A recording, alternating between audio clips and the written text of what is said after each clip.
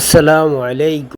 জবের সময় যাদের পক্ষ থেকে কোরবানি করা হচ্ছে তাদের নামের তালিকা পাঠ করা আবশ্যক কিনা, এর সরল এবং সহজ উত্তর হলো এটি জরুরি কিংবা আবশ্যক নয়। তবে যদি কেউ করতে পারেন তাহলে সেটি ভালো, মুস্তাহাব।